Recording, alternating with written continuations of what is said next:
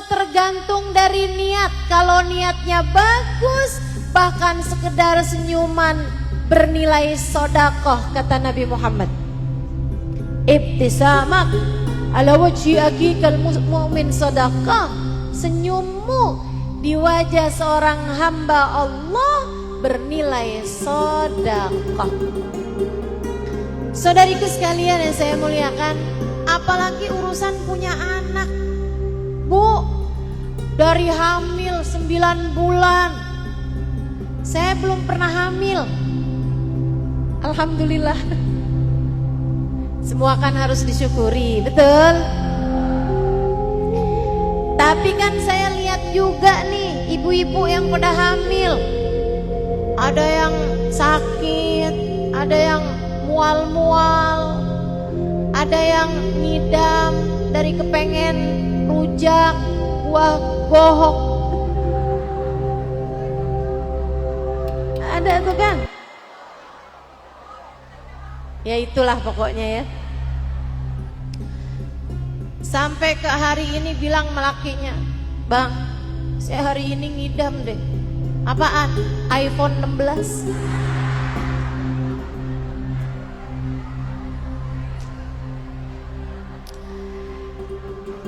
Teman-teman saudara sekalian, orang kalau lagi hamil bukan ringan, terutama di masa-masa semester bukan.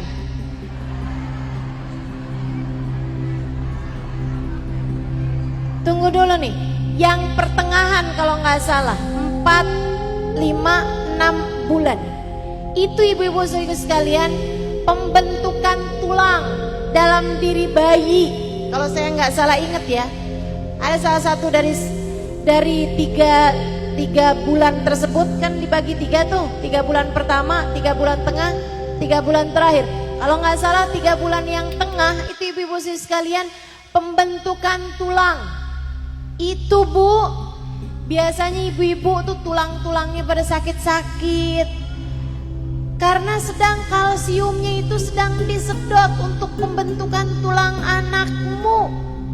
Lihat perjuanganmu yang luar biasa. Belum lagi nih ya, kalau udah 3 bulan terakhir kan serba salah, mau tidur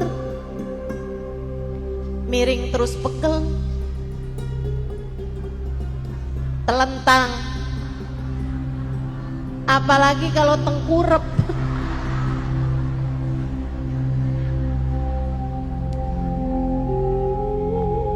Susah.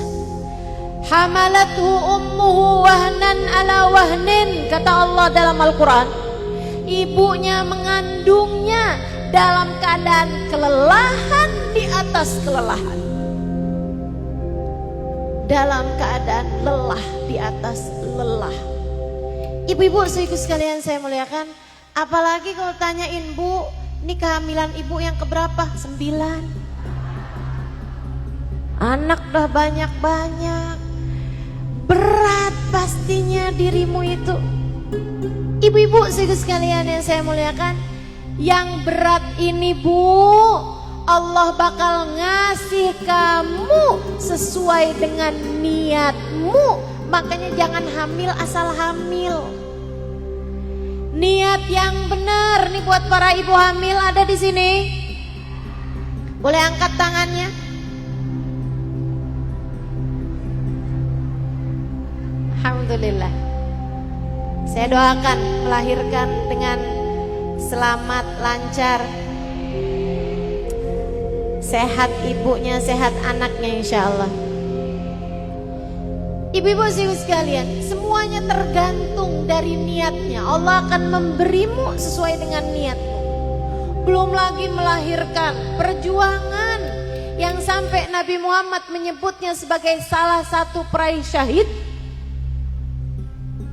Mani syahid indakum, kata Nabi. Siapa aja syahid menurut kalian?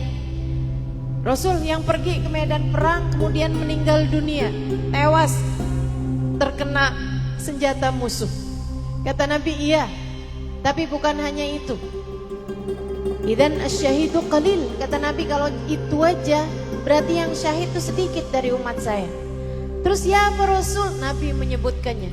Man mata mahruqan, man mata maghruqan. Siapa yang meninggal dunia tenggelam, siapa yang meninggal dunia kena kebakaran. Kata Nabi Muhammad, mabtunan, siapa yang meninggal dunia ketika melahirkan anaknya. Perempuan yang meninggal dunia saat dia melahirkan anaknya dianggap syahid di mata Allah, karena Allah tahu itu perjuangan yang bukan mudah, setengah nyawa. Ibu-ibu saudaraku sekalian yang saya muliakan, yang kayak beginian ini belum lagi ditambah sesudah melahirkan harus menyusui, waktu tidur berantakan, dan seterusnya, berbulan-bulan lamanya. Umur setahun malah tambah susah banget dijagainnya karena kemana-mana anaknya.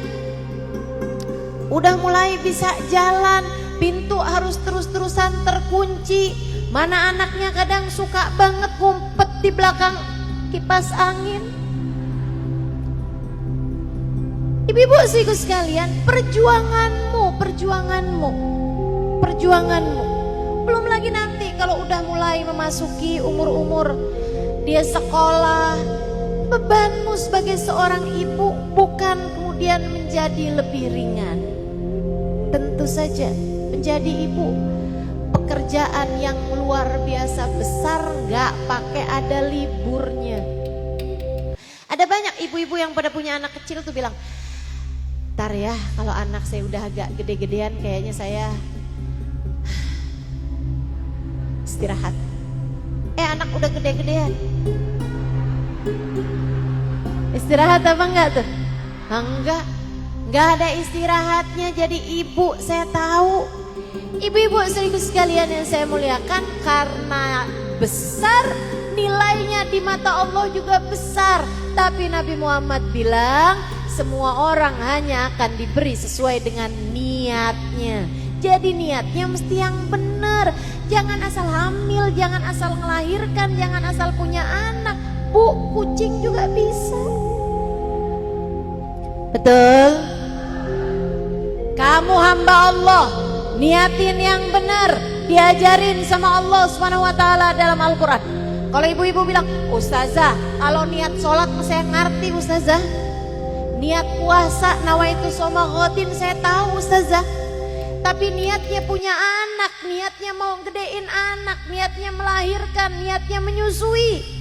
Ustazah, niat seperti apa yang Ustazah maksudkan? Allah mengajarkannya dalam Al-Quran. A'udzubillahi minasyaitonirrajim. Bismillahirrahmanirrahim. Idh qalat imra'atu Imran, Rabbi inni nadartu laka ma fi batni muharraran fataqabbal minni.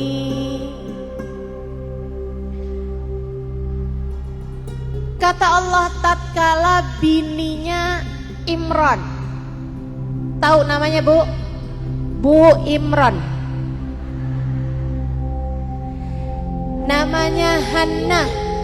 Ibu-ibu sekalian, ketika Hannah yang sudah lama menikah dengan seorang nabi bernama Imran, laki-laki soleh.